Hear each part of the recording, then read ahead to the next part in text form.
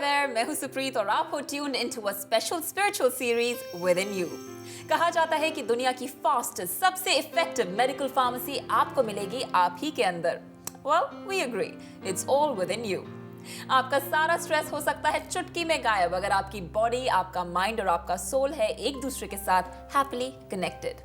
Am I right, Swami ji? Absolutely, you're right. Because that is the whole crux of the living life in a productive, creative way. The difficulty is that from the very childhood we have been conditioned in a way, first of all, not to pay attention to the body. अब जैसे हमारे यहाँ traditionally ऐसा माना गया है, गलत ढंग से माना गया है कि शरीर क्या है भैया, शरीर तो मिट्टी है, शरीर का क्या है?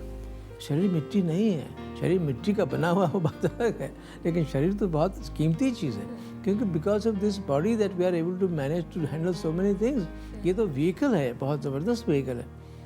माइंड के बारे में तो हमें कभी किसी ने कुछ बताया नहीं, क्योंकि जो भी हमारे दिमाग में ठूसा जाता है वो हम और mind is like a sponge.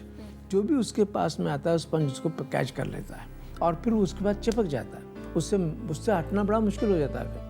अगर माइंड और बॉडी का ये हाल है जहाँ कोई मेल ही नहीं है उसके पीछे, तो स्पिरिट और सोल की क्या बात है? वो तो एक एब्स्ट्रैक्ट चीज़ है, बहुत हम उसको कंसीव भी नहीं कर सकते, उसको एक्सपीरियंस कर सकते हैं. So what you are saying is absolutely right that it has to bring into a certain harmony. पर स्पिरिचुअल लैडर को छोड़कर आजकल हर कोई कॉर्पोरेट लैडर के पीछे भाग रहा है. कितना पैसा कमाना है, बैंक की वैल्यू की आपने बात की थी पहले, वो टाइम के उसमें नहीं, वो सिर्फ पैसे के पीछे ही सब भाग रहे हैं. सो किस हद तक ये एक हेल्थी सोच है? पर ये हमने ये चॉइस बना रखा है ना, हम पर कोई ज़बरदस्ती नहीं है. हाँ, मेरे पास पैसा होना चाहिए. मुझे एक बहुत अच्छा वचन याद आता है सुप्रीत, उनका कबीर का. वो कहते हैं, बहुत समझने सी बात है कि साईं इतना दीजिए जामे कुटुंब समाए.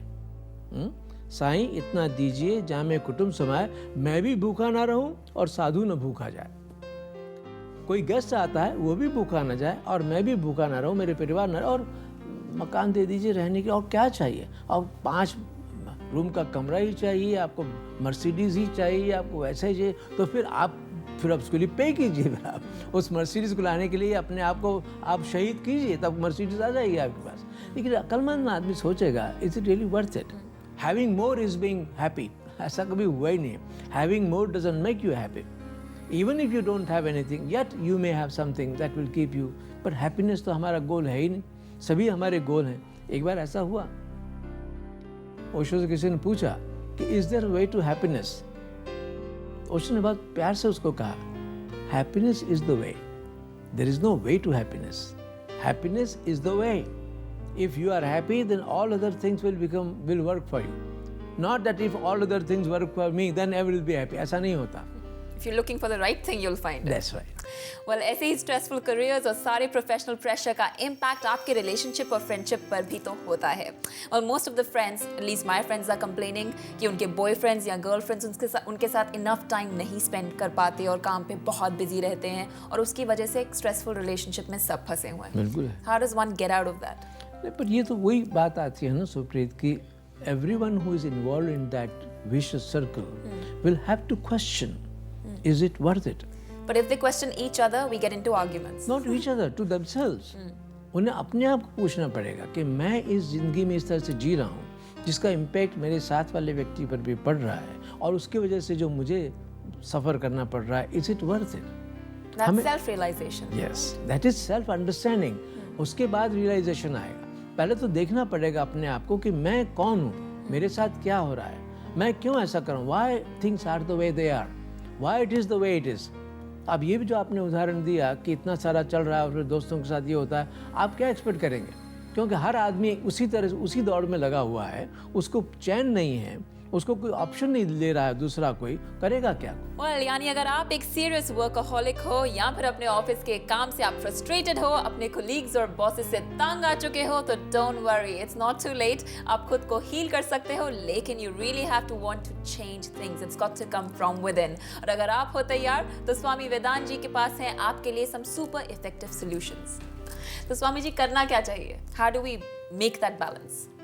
नहीं, मैंने जैसे बताया कि 3 लेवल पर काम करना पड़ेगा. एक तो ये लेवल है कि हमारे बॉडी को हम कितना नरिश करते हैं. नरिशमेंट में हमारे फूड हैबिट्स हैं, हमारे सोने की हैबिट्स हैं, हमारे किस तरह की लाइफस्टाइल हम जीना चाहते हैं, उसको हमको क्वेश्चन करना पड़ेगा। दूसरा, हमको कोई ऐसा मैकेनिज्म जो कि ध्यान ही है, मेडिटेशन ही है, जिससे कि ये हमारा जो टेंस माइंड है, इस पर जो प्रेशर पड़ता है उसको कैसे कम किया जाए। मैंने आपको कुछ ध्यान की टेक्निक्स बताई हैं, उनका मतलब इतना ही होता है कि मैं कैसे इसको काम न, जस्ट फॉर एग्जांपल आप सांस लेते हैं, ऐसा एस्टिमेट है कि 1 मिनट में हम 12 से 14 बार सांस लेते हैं, और जितना एक्साइटमेंट भीतर होता है, टेंशन होता है, उतना सांस की गति ज़्यादा बढ़ती जाती है। वो अच्छा नहीं है। अगर हम उसको स्लो डाउन कर दें तो धीरे धीरे अगर हम उसको 8 पर, 7 पर, 4 से 6 पर अगर हम लेके आएँ कि 1 मिनट में 4 बार सांस जा रही है, 4 बार सांस आ रही है, वो बहुत नॉर्मल स्टेट है। और कभी कभी अगर आप 1 या 2 पर ले आएँ तो और भी अच्छा है।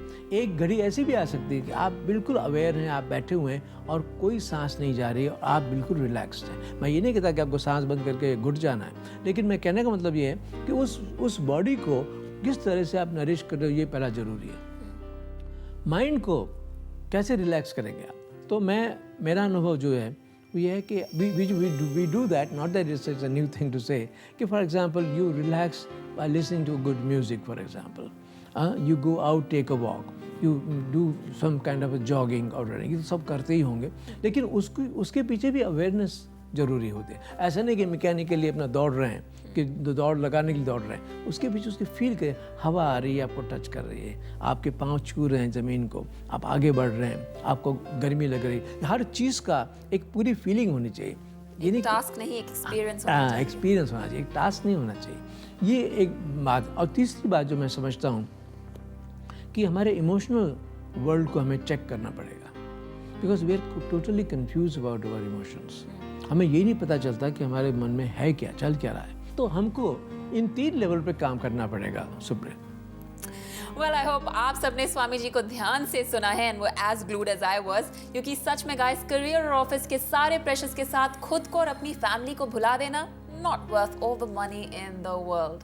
Well, अब वक्त है एक छोटे से ब्रेक का, right here on Within You. लेकिन जब हम लौटेंगे तो हमारे साथ होंगी बॉलीवुड एक्ट्रेस अंजना सुखानी, जो स्वामी वेदांत जी से लेना चाहती हैं कुछ advice. We'll be right back. I think, when you are doing so much in life and you want to achieve so much in life, there will always be a lot of tension within you because you are trying to achieve goals and you're not able to reach them.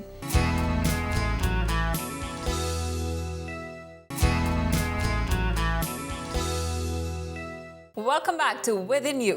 जैसा कि मैंने promise किया था, अब हमारे साथ हैं Bollywood actress Anjana Sukhani. Welcome to the show Anjana. Thank you very much. सबसे पहले it's going great guns for you. My question to you for the purpose of today is, are you satisfied with the quality of within you? No. Honest answer right here. No, I think, when you are doing so much in life and you want to achieve so much in life, there will always be a lot of tension within you because you are trying to achieve goals and you're not able to reach them. So there's always this turmoil and turbulence happening constantly within you. So there is a lot of fight between inside and outside, and I never am able to ever get a balance between the both. Swami ji, वैसे भी हम life में बहुत सी battles लड़ते रहते हैं with the outside world, और यहाँ पे इनर वर्ल्ड की भी बैटल चल रही है। How does one combat that? देखिए, life itself is nothing but a battle, in the sense that you have to meet challenges. I never consider them as problems, I call them as challenges. The way we see a problem is the problem. How do we see a problem? We see a problem with expectations, with our ambitions, with our conditionings, with how people have forced us to see, our parents' pressures, peers' pressures. ये सारा force करता है हमको आगे propel करने के लिए, which has never given you any satisfaction, which it cannot. So basically, there is always this kind of a tussle. Now the issue is, as I've been saying, what is it that I want from my life? Do I want to enjoy this life? Do I want to live this life? Or do I want to sacrifice this life? मेरा कहना का ये है कि the important thing for us to realize at every moment is that I am valuable. I mean, this existence has brought me into this world. I mean, I mean something to this world. I'm not here simply to sacrifice myself. Yes, I have to work, I have to be creative, I have to earn money, there's nothing wrong in that. लेकिन मैं ये भी तो देखूं कि दूसरा balance भी तो होना चाहिए कि मेरी भीतर की दुनिया इतनी ख़राब ना हो जाए कि मुझे उसके लिए फिर दौड़ना पड़े कि यहाँ से ढूंढूं कि वहाँ ढूंढूं, फिर कोई ड्रग में चला जाता है, कोई उसमें चला जाता है, उसमें चला जाता है, क्योंकि वो हैंडल नहीं कर पाता भीतर की दुनिया को।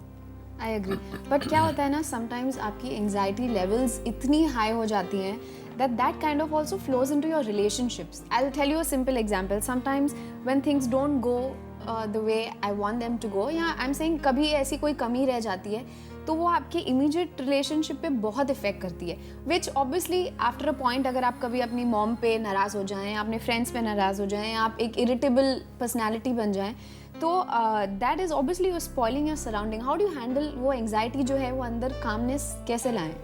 नहीं, पर कामनेस के रूट में क्या है, एंग्जाइटी के रूट में क्या है? एंग्जाइटी के रूट में आपका एम्बिशन है. ट्रू. अगर आपको एम्बिशन में जीना है तो फिर एंग्जाइटी तो आपके साथ में चलेगी. तो क्या एम्बिशन रखना गलत बात है? नहीं, एम्बिशन रखिए, लेकिन एम्बिशन इस हद तक ना रखिए कि आप अपने आप को सैक्रिफाइस कर दें, रिलेशनशिप को भी आपको तोड़ना पड़े, ये सारा करना पड़े. ये तो आपको वैल्यू को चूज आपको करना है. The choice is always yours. And that is where we fail. We want somebody else to choose for me, but let me do the way I'm doing it. ऐसा नहीं होता. ऐसे नहीं होता कभी. मुझे ही चूज करना पड़ेगा. और मेरे चॉइसेस इतने कंफ्यूज हैं. My mind is so confuse, क्योंकि माइंड का मतलब ही कंफ्यूजन है. तो उस कंफ्यूजन में आदमी कैसे आगे बढ़ेगा, उसके लिए क्लैरिटी चाहिए. स्वामी जी, एक चीज़ जो हमें एंटरटेनमेंट के प्रोफेशन में तो दिखती ही है, but generally as well the day is packed with many things, और हमारी जो स्ट्रैटेजी बन जाती है कॉन्फ्लिक्ट या बैटल को टैकल करने की, वो होती है मल्टीटास्किंग, स्पेशली एज वुमेन. ये कहा जाता है कि we are very good with multitasking, but क्या ये सही चीज़ है? इज इट पॉजिटिव कि हम इतना कुछ ले लेते हैं और उसके बाद एग्जॉस्शन जो है वो एंड ऑफ द डे हमें? ये सबसे बड़ा भारी गलत अप्रोच है. मैं आपको बताऊं, किसी समय में जब मैं अमेरिका में था, तो ये एक बड़ा भारी एक चीज़ थी मल्टीटास्किंग, और अगर कोई आदमी ऐसा करता है तो बड़ा अच्छा माना जाता था. उन्होंने देखा कि ये तो बेवकूफ़ी है, क्योंकि एक काम ढंग से नहीं कर रहा है वो, क्योंकि सारा काम अधूरा अधूरा. It's all half hearted, it's all lukewarm, it is all like bits and pieces. आपका कर तो लगता तो है कि हाँ हो गया, चलो अब उसको वो भी हो गया, लेकिन क्या हुआ, क्या ठीक हुआ, क्या ढंग से हुआ? हम किसी चीज़ को अगर टोटलिटी से करें तो उसका बहुत अच्छा प्रोडक्ट का अनुभव आपको, और आपको सेटिस्फैक्शन मिलता है जब आप टोटलिटी से कम करते हैं. तो अगर आप मल्टीटास्किंग बात करेंगे तो ये आपको वॉच करना चाहिए. एक मोमेंट पे, उस मोमेंट पे जो करना उतना करना है, फिर छोड़ दिया, फिर दूसरे मोमेंट पे जो होना है वो होना है. अब आपने देखा होगा कि एक आदमी को मैंने देखा, उसका मोबाइल फ़ोन था, वो टीवी देख रहा था, वो ब्रेकफास्ट भी खा रहा था, 3 काम हो गए. वो 14, भैया वो दरवाज़ा बंद करना, उसको अरे भैया उस कुत्ते को भगाना, 5 काम कर रहा है वो. उसको ये नहीं पता चल रहा है कि वो क्या खा रहा है. What is the taste of that food? कभी आपने अंदाज लगाया कि भाई मैं खा रहा हूँ तो हाँ अच्छा है, नहीं मीठा है, नहीं तीखा, नहीं कैसा है, उसका स्वाद क्या है? कौन स्वाद के लिए है ही नहीं. आप हैरान होंगे, हमारे यहाँ ऋषियों ने, अगर आप कभी जानना हो तो क्या बढ़िया व्याख्या दी उनका कि अन्नम ब्रह्म. अगर आपको ब्रह्म परमात्मा का अनुभव लेना है तो खाना खाना सीखो.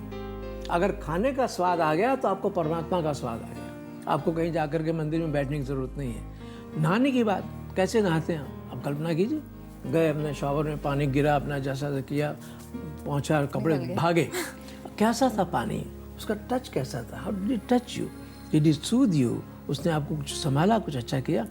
आपने कभी अपने हाथों की तरफ देखा कि भैया यार तू बहुत हेल्प करता है मुझे, थैंक यू वेरी मच. कभी आपने किया? हाँ, क्रीम लगाने के लिए किया, क्रीम लगाने के लिए किया आपने, लेकिन कभी आपने देखा भाई थैंक यू? पाँव को कभी धन्यवाद दिए, भैया तुम इतना वजन उठाते हो, मुझे भगाती हो इधर करते. आँखों को कभी धन्यवाद दिया, भाई तुम्हारी वजह से मैं शायद. हमारे इस बॉडी के साथ हमने कभी कांटेक्ट किया नहीं. दुनिया भर के आगे हम भागते जा रहे हैं, हम चॉइस करते हैं, हम निगलेक्ट कर रहे हैं अपने आप को, और फिर हम कहते हैं भाई अब कैसे हैंडल करो उसको.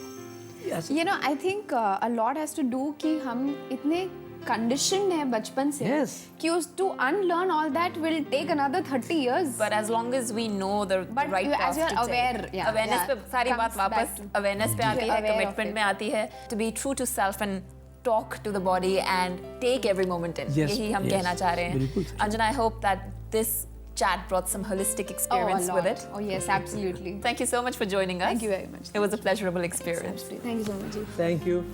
आपको मैं ये बुक भेंट देना चाहता हूँ। This for you. Thank you so much. Very welcome. Thank you so much. Thank you. All the best. Thank you. Anjana को तो अपने सॉल्यूशंस मिल गए। वर्क और करियर के स्ट्रेस से अगर आप भी कर रहे हो बैटल तो don't worry, because with in you है एट योर सर्विस। लेकिन इस ब्रेक के बाद लौटने पर हम करेंगे डिस्कस कुछ ईमेल्स जो आपने हमें भेजे हैं। तो मिलते हैं इस छोटे से ब्रेक के बाद। Stay tuned. पेरेंट्स जिसे एक फ्रेज है, हमारे कंधे पर बंदूक रख के गोली मारने की कोशिश करते हैं। They want to satisfy their ego by asking you to be number one.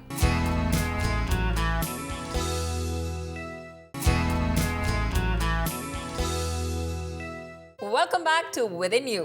आज स्वामी वेदांत जी बात कर रहे हैं about the quintessential work life balance. कहाँ ड्रॉ करनी चाहिए बाउंड्रीज, कैसे आप अपने वर्क रिलेटेड स्ट्रेस को रिड्यूस कर सकते हो और कैसे इन्हें अपनी पर्सनल लाइफ से दूर रख सकते हो। स्वामी जी, एक ध्यान देने वाली बात ये है कि जो ये हम वर्कaholicism की बात करते हैं, ये कॉर्पोरेट वर्ल्ड से ना शुरू होकर बहुत छोटे होते स्कूल लेवल पे ही आ जाता है, जहाँ पे रिक्रिएशनल एक्टिविटीज को शायद इतने मायने नहीं दिए जाते जितना पढ़ते रहो और आगे चलो और कंपटीशन में घुसो और तुम्हें फर्स्ट आना है।